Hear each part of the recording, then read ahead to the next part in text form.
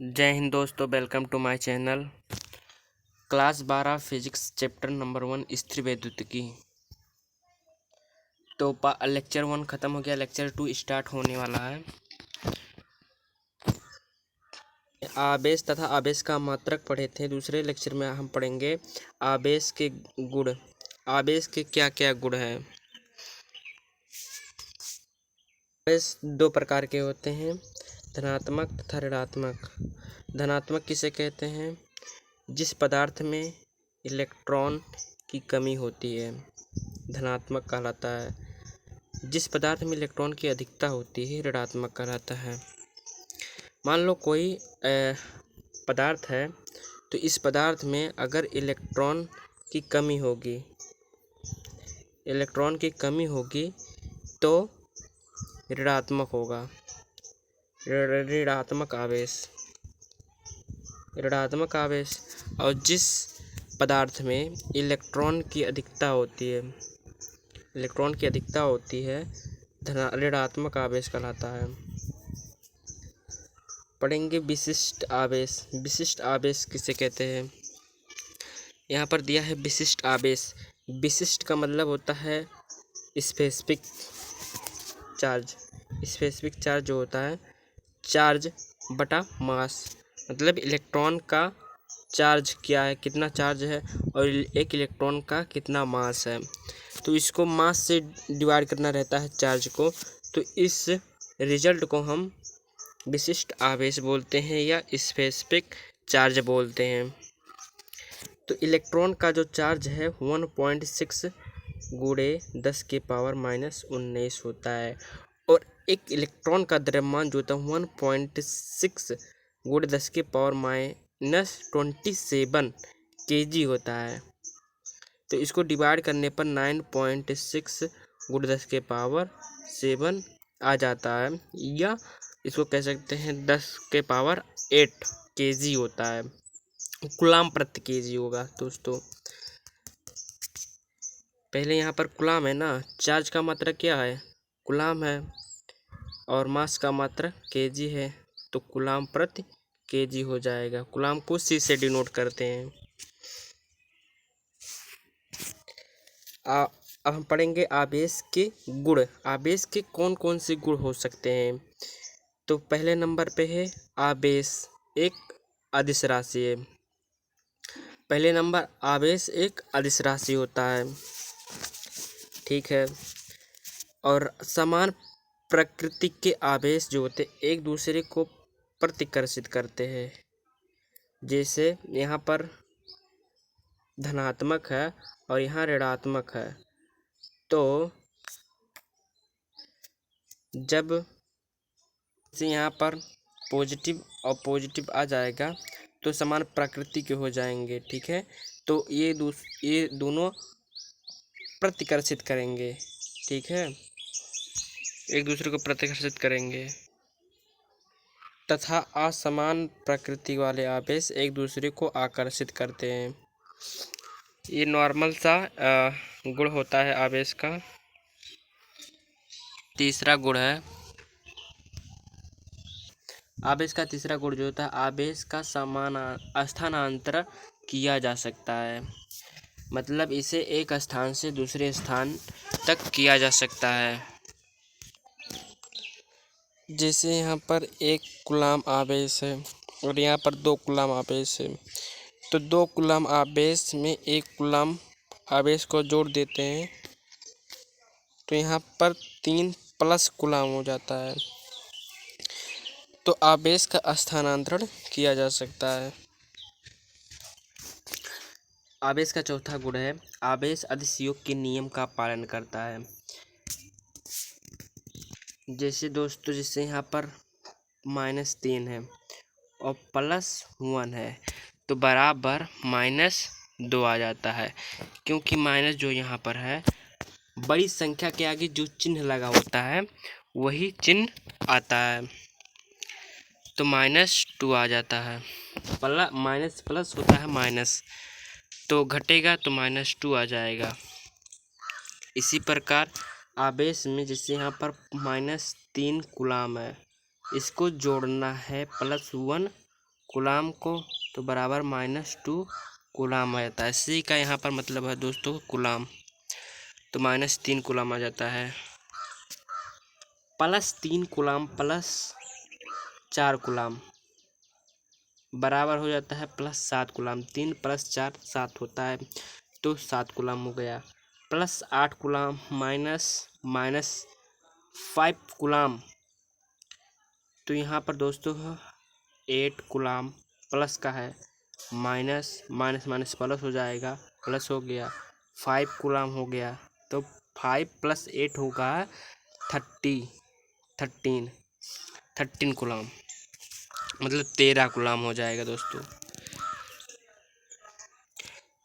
पांचवा बहुत इम्पोर्टेंट गुण है आवेश का। आवेश जो होता है द्रव्यमान के साथ संबंध होता है। आवेश सदैव द्रव्यमान के साथ संबंध होता है। बहुत इंपॉर्टेंट क्वेश्चन है, IIT नीट जेई और बोर्ड लेवल का क्वेश्चन है, बहुत इंपॉर्टेंट क्वेश्चन है। क्योंकि जो होता है आवेश जो होता है इलेक्ट्रॉन और प्रोटॉन के पास होता है, और इलेक्ट्रॉन और प्रोटॉन का द्रव्यमान भी है। आवेश जो होता है बिना द्रव्यमान के संभव नहीं होता है। जो आवेश होता है दोस्तों वह बिना द्रव्यमान के संभव नहीं है। मतलब अगर आवेश रहेगा तो द्रव्यमान को रहना पड़ेगा। लेकिन दोस्तों यहाँ पर एक मेन पॉइंट कहा गया है, लेकिन जो होता है द्रव्यमान होता है आवेशित हो या यह जरूरी नहीं है। मतलब जिस वस्तु का द्रव्यमान है, ठीक है, वह वस्तु आवेशित हो यह जरूरी नहीं है, लेकिन जो आवेश होता है उसका द्रव्यमान होना चाहिए, ऐसा कहा गया है। आवेश का 6वां गुण है आवेश संरक्षित है। इलेक्ट्रॉन और प्रोटॉन से आता है। ओके, इलेक्ट्रॉन की संख्या संरक्षित होती है। इलेक्ट्रॉन की जो संख्या है संरक्षित होती है, और ये एक दूसरे से वस्तु इलेक्ट्रॉन का आदान प्रदान किया जा सकता है। अभी आप पहले सेकंड थर्ड गुणधर्म में आप पढ़े हैं कि आवेश का स्थानांतरण किया जा सकता है, या यही कहा गया है, मतलब एक से दूसरी वस्तु इलेक्ट्रॉन का आदान प्रदान किया जा सकता है। ओके दोस्तों, नया इलेक्ट्रॉन ना तो बनाया जा सकता है और ना तो नष्ट किया जाता है। मतलब जिसको न नष्ट किया जा सकता है और ना ही बनाया जा सकता है उसको संरक्षित कहा जाता है, ठीक है। तो आवेश संरक्षित होता है। हम पढ़ेंगे आवेश का 7वां गुण, आवेश अपरिवर्तनीय राशि है। आवेश अपरिवर्तनीय राशि है, वस्तु या कण की चाल पर निर्भर नहीं करता है। आवेश जो होता है आवेश कण की चाल पर निर्भर नहीं करता, और जो द्रव्यमान है चाल पर निर्भर करता है। आवेश चाल पर निर्भर नहीं करता और द्रव्यमान चाल पर निर्भर करता है।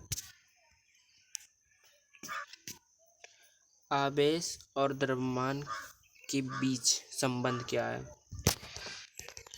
तो आवेश जो होता है विद्युत आवेश धनात्मक, ऋणात्मक तथा शून्य भी हो सकता है। मतलब जो आवेश है धनात्मक, ऋणात्मक तथा शून्य भी हो सकता है, और जो द्रव्यमान है सदैव धनात्मक रहता है।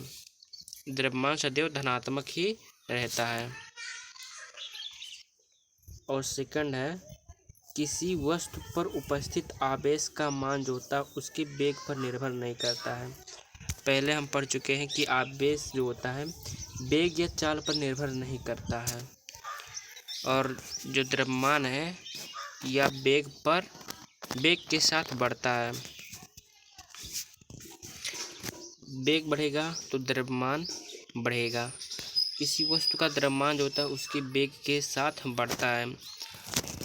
जिस वस्तु की द्रव्यमान अधिक रहेगी उस वस्तु का वेग अधिक होगा। आवेश जो होता है धनात्मक, ऋणात्मक, शून्य भी हो सकता है और द्रव्यमान सदैव धनात्मक होता है। और आवेश जो होता है वेग पर निर्भर नहीं करता और द्रव्यमान जो होता है वेग के साथ बढ़ता है। आवेश क्वांटीकरण है। आवेश का क्वांटीकरण किया जा सकता है और प्रकाश की चाल mv वेग में गतिमान वस्तु के द्रव्यमान है जो m0 वस्तु पर निर्भर m0 जो होता है वस्तु का विराम द्रव्यमान होता है। विद्युत आवेश जो होता है सदैव संरक्षित रहता है और आवेश के बीच बल आकर्षित तथा प्रकर्षित होता है।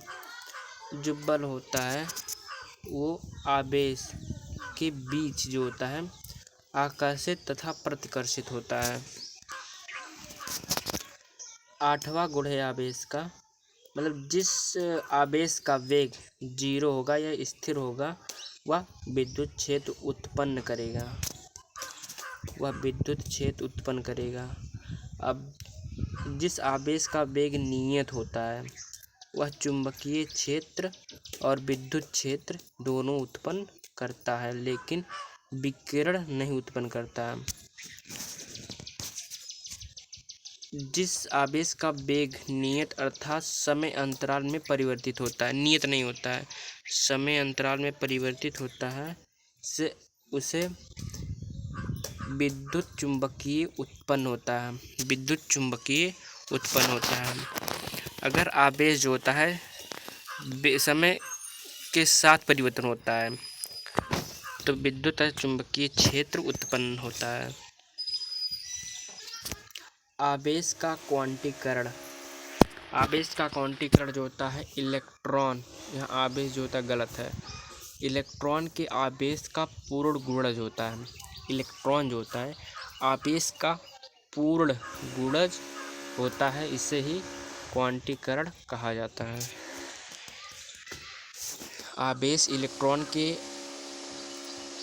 आवेश का पूर्ण गुणज होता है, आवेश का क्वांटीकरण कहलाता है।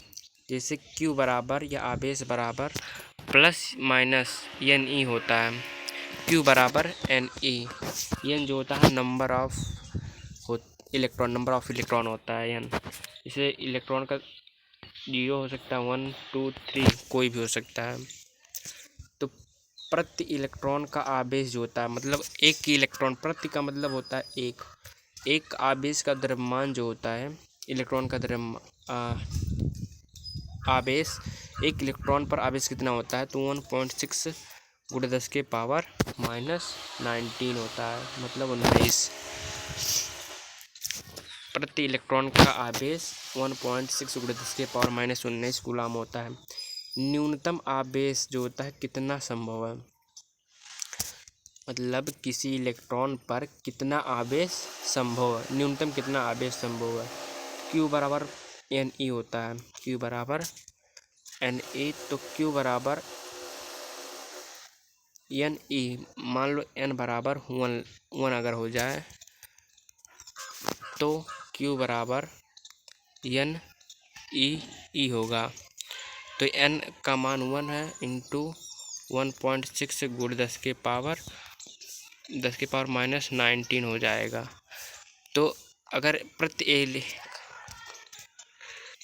मतलब कोई नंबर से अगर 1 से गुणा किया जाता है तो वही हमेशा आता है, मतलब 1.6 × 10⁻⁻19 कूलाम आ जाएगा।